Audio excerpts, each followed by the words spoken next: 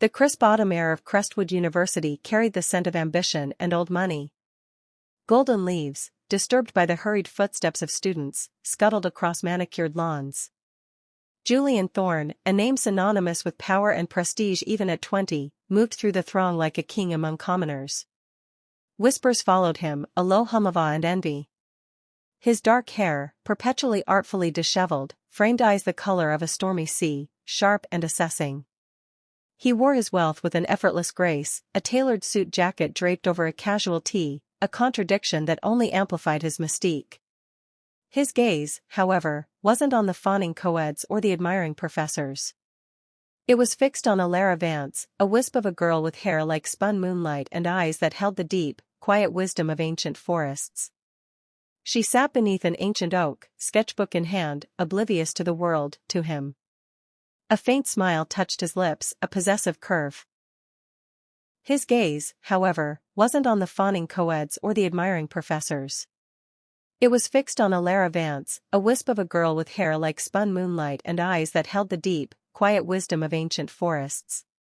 She sat beneath an ancient oak, sketchbook in hand, oblivious to the world, to him. A faint smile touched his lips, a possessive curve.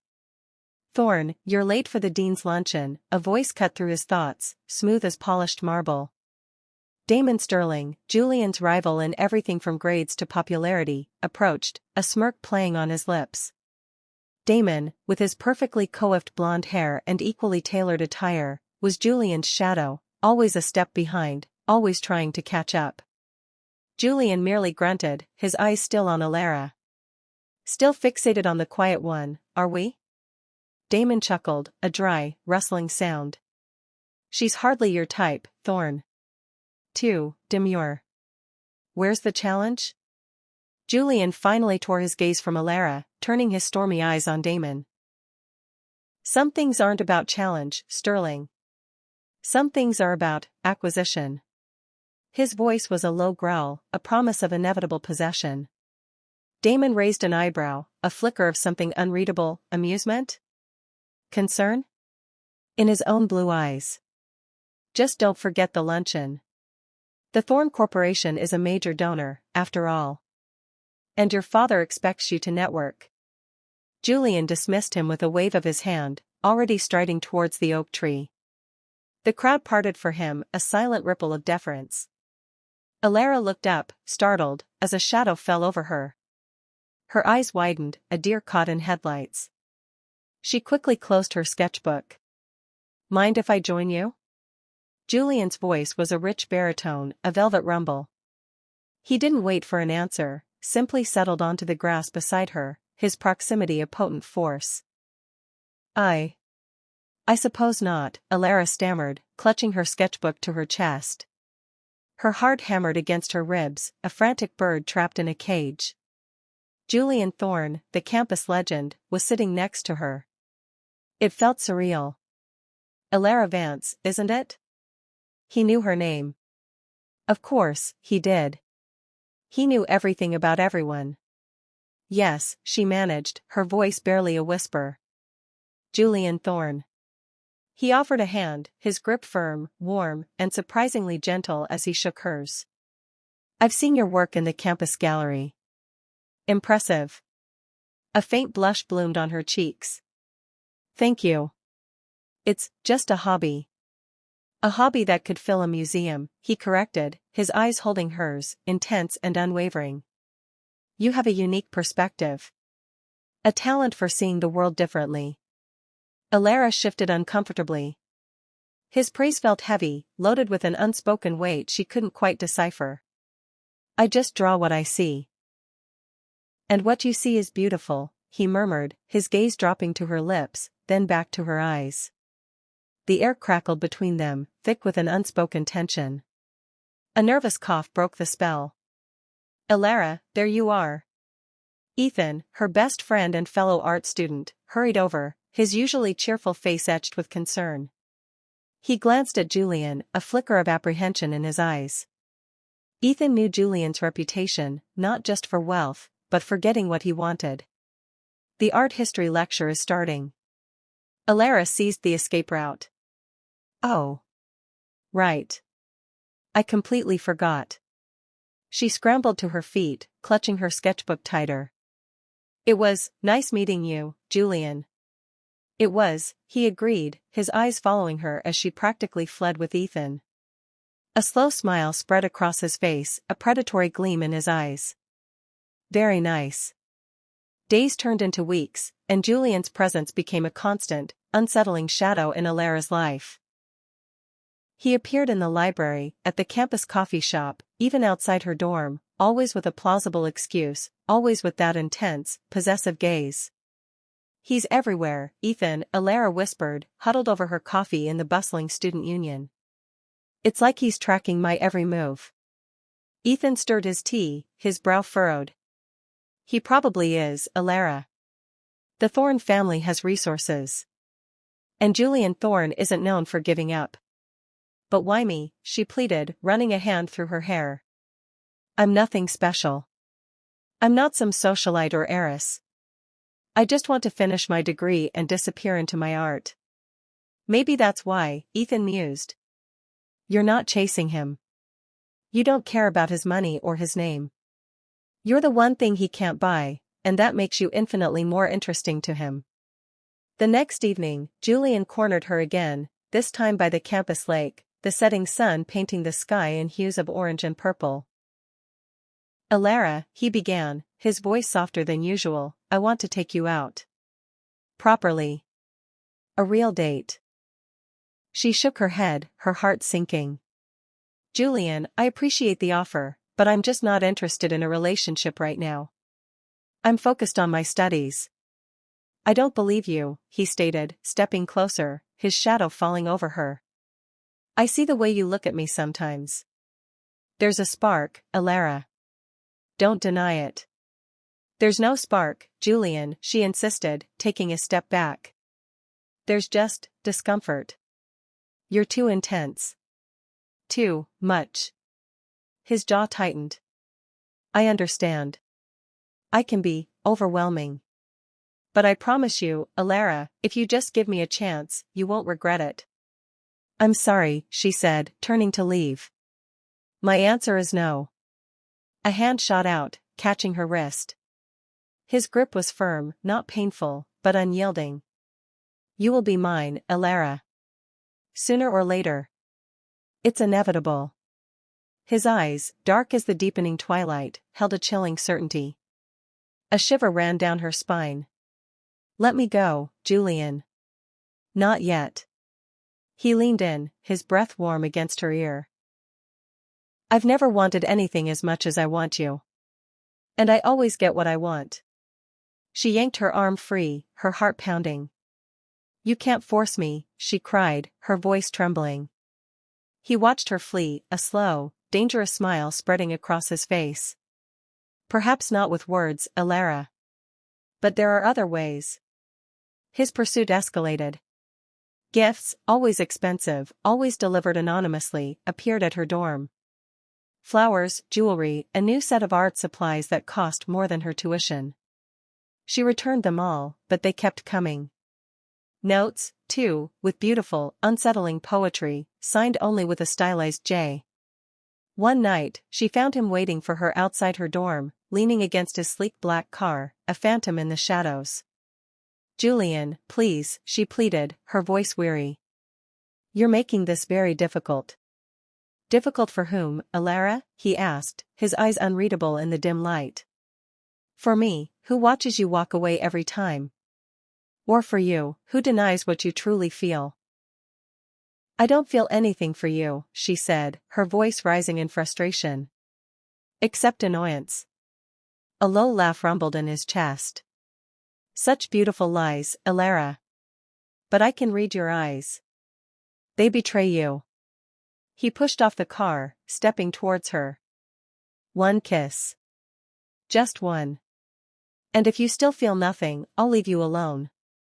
Her breath hitched. The air crackled with a dangerous energy. No, she whispered, shaking her head. He was relentless. He closed the distance between them in 2 long strides, his hand reaching out to cup her cheek. His thumb stroked her skin, a feather-light touch that sent an unwelcome shiver through her. Her heart hammered, a frantic drumbeat against her ribs. Just one, he repeated, his voice a seductive murmur. Before she could protest, his lips were on hers. It wasn't gentle. It was a hungry, demanding kiss, a declaration of ownership. His mouth moved over hers, hot and insistent, tasting of something wild and forbidden. Her mind screamed to pull away, to fight, but her body felt strangely paralyzed, a deer caught in a predator's gaze. A faint moan escaped her, a sound she hadn't known she was capable of. His tongue traced her lips, seeking entry, and with a gasp, she involuntarily parted them. He deepened the kiss, a fierce, passionate claiming, his arms wrapping around her, pulling her flesh against his hard body. The scent of his expensive cologne, a mix of cedar and something musky, filled her senses, intoxicating and overwhelming. Her hands, unbidden, found their way to his chest, gripping the fabric of his shirt. A jolt, like electricity, shot through her. It was wrong, so wrong, and yet, a spark, tiny but undeniable, ignited deep within her. The kiss went on, a dizzying spiral, until she was breathless, her knees weak. He finally pulled back, his eyes dark with triumph, his lips swollen from the kiss. "Still feel nothing, Elara?" His voice was a husky whisper, a triumphant purr. She couldn't speak, could only stare at him, her chest heaving. The taste of him lingered on her tongue, a potent, dangerous flavor. "Good," he said, a satisfied smile curving his lips. "Because that was just the beginning." He released her, turning abruptly and walking back to his car. The engine roared to life, a low growl, and he drove away, leaving her trembling in the cool night air. The next morning, Elara made a decision. She couldn't stay. Not with Julian's suffocating obsession, not with the unsettling way her body had reacted to his touch. She would disappear. Go somewhere he'd never find her. She thought of the small village in the south of France her grandmother used to talk about, a place of artists and quiet living. It was perfect. She liquidated her small savings, bought a one-way ticket, and left a hurried note for Ethan, apologizing for the sudden departure. She didn't tell him where she was going. She couldn't risk him accidentally letting it slip to Julian. She simply vanished. Weeks later, Elara was a ghost in a new life. The small French village of Valois was a balm to her soul. She rented a tiny cottage with a view of rolling vineyards, spent her days painting, and learned to bake bread from her elderly neighbor, Madame Dubois. She felt a sense of peace she hadn't known in years. Julian Thorne was a distant, unsettling memory, a nightmare she had escaped. One sunny afternoon, she was sketching in the village square, the scent of lavender and fresh baguettes filling the air. A sleek black car, impossibly out of place, pulled up. Her heart seized. It couldn't be. The door opened, and Julian Thorne stepped out. He looked even more imposing against the rustic backdrop, a dark predator in a sun-drenched landscape. His eyes, sharp and predatory, scanned the square, then locked onto her. A slow, chilling smile spread across his face. "Elara," he said, his voice a low, dangerous rumble that cut through the gentle hum of village life. "Did you really think you could hide from me?" Her sketchbook slipped from her trembling fingers, scattering charcoal pencils across the cobblestones. How did you find me?" Her voice was a strangled whisper. "You left a trail," he said, taking slow, deliberate steps towards her. "A very faint one, I'll admit. But I have resources, Elara. And I told you, I always get what I want." He stopped before her, his shadow engulfing her. The villagers, sensing the tension, discreetly retreated into their shops. "I don't want you," she stated, her voice stronger, fueled by a surge of defiance. "Liar," he countered, his eyes burning into hers. "You think I didn't feel that spark between us? You think I didn't see the way your body responded to mine?" He reached out, his fingers tracing the line of her jaw, a possessive touch. "You belong to me, Elara. And it's time you accepted it." "No," she cried, batting his hand away. "I'm not a possession. I'm a person. And I don't want you." Such fire, he purred, a dark amusement in his eyes. I like it. Makes the chase all the more exhilarating. He grabbed her arm, his grip firm. You're coming with me. Let go of me, she struggled, twisting her arm. Someone help. No one will help you here, Elara, he said, his voice cold and hard. They know who I am. And they know better than to interfere. He pulled her towards the car, her protests a desperate, futile sound. She fought, truly fought, kicking and scratching, but he was too strong, too determined. He practically threw her into the luxurious interior of the car, slamming the door shut. The locks clicked, sealing her in. Where are you taking me? She demanded, pressing herself against the door, her breath coming in ragged gasps. Somewhere we can talk, he said, his eyes on the road as the car sped away, leaving the picturesque village behind. Somewhere private. Where you can finally understand that resisting me is futile. The car journey was a blur of fear and silent tears. They arrived at a secluded, sprawling villa nestled in the hills, surrounded by high walls and lush gardens. It was beautiful, opulent, and felt like a gilded cage. He led her inside, his hand on the small of her back, a possessive touch that made her skin crawl. The interior was modern and starkly elegant, all glass and polished stone. Welcome home, Elara, he said, his voice devoid of warmth. This isn't my home, she retorted, her voice shaking. This is a prison. He turned, his eyes narrowing. You chose this, Elara. You forced my hand. You ran, and I simply brought you back. He stepped closer, his presence overwhelming. Now, let's discuss your future. Our future. There is no our future, she cried, backing away until her back hit a cold marble wall. He stalked towards her, his eyes burning with an intensity that promised no escape. Oh, but there is. And it begins now. He reached out, his hand tangling in her hair, pulling her head back gently but firmly. His gaze dropped to her lips, and a dangerous hunger flickered in his stormy eyes. You denied me, Elara.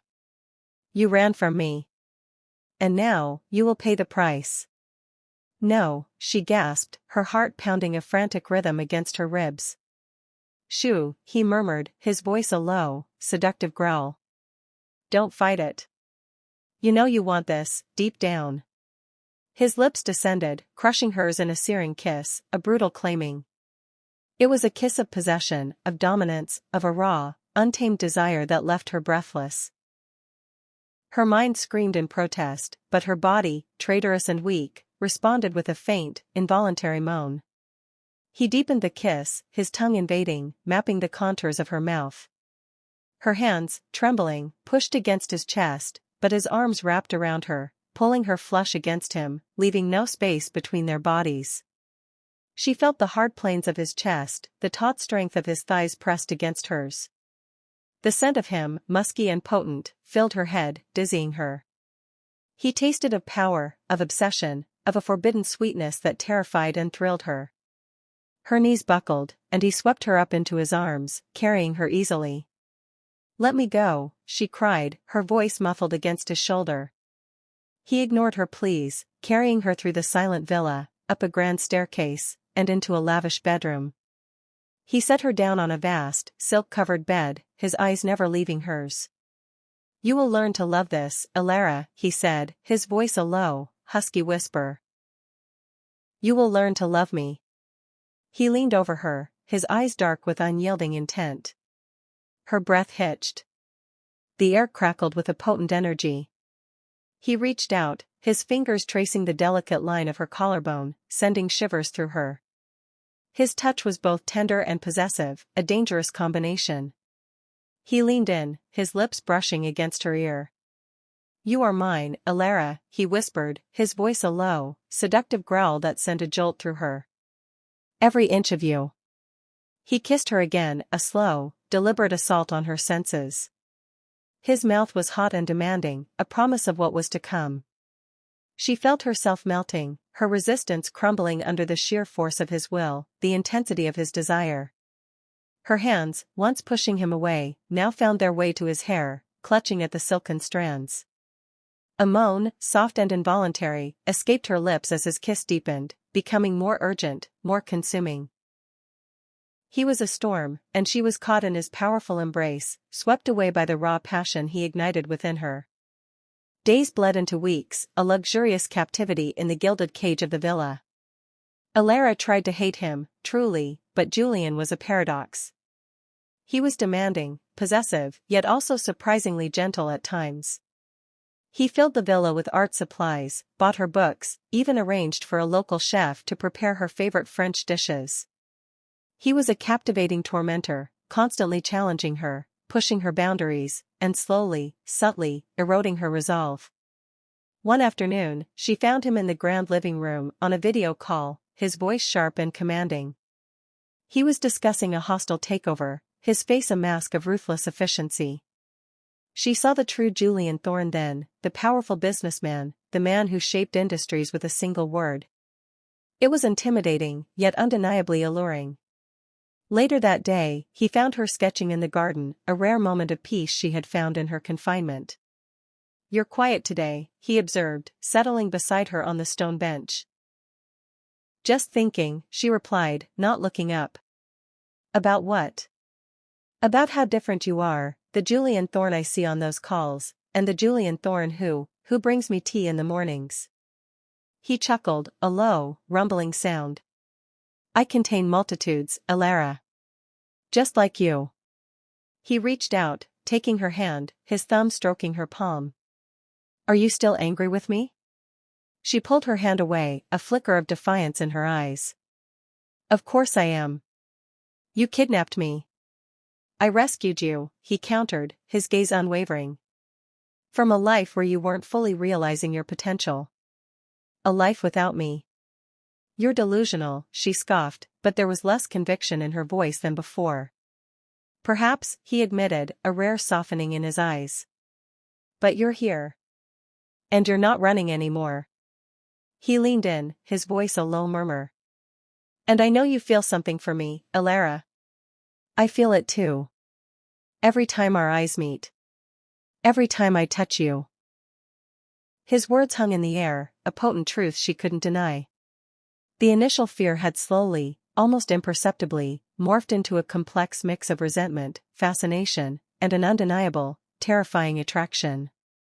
She still fought him, sometimes with words, sometimes with silence, but the fight was losing its edge.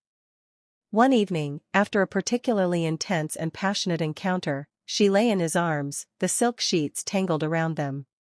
His breath was warm against her hair, his hand stroking her back in a slow, comforting rhythm. "Julian," she whispered, her voice raw. He murmured, half asleep. "Why me?" The question had haunted her for months. He shifted, propping himself on an elbow, his eyes, dark even in the dim light, meeting hers. "Because you're real, Elara. You're not impressed by my money or my name. You see through the facade. And you have a spirit that refuses to be broken. I needed that. I needed you." He leaned down, brushing a kiss against her forehead. "And I would have burned the world down to have you." A shiver, not of fear but of something new and unsettling, ran through her. Could it be? Could this obsessive, controlling man truly care for her? She had fought him, hated him, but somewhere along the line, a fragile connection had formed. Months turned into a year. The world outside the villa faded into a distant hum.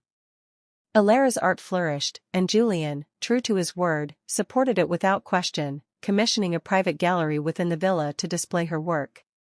He was still dominant, still possessive, but his touch had softened, his words held more tenderness.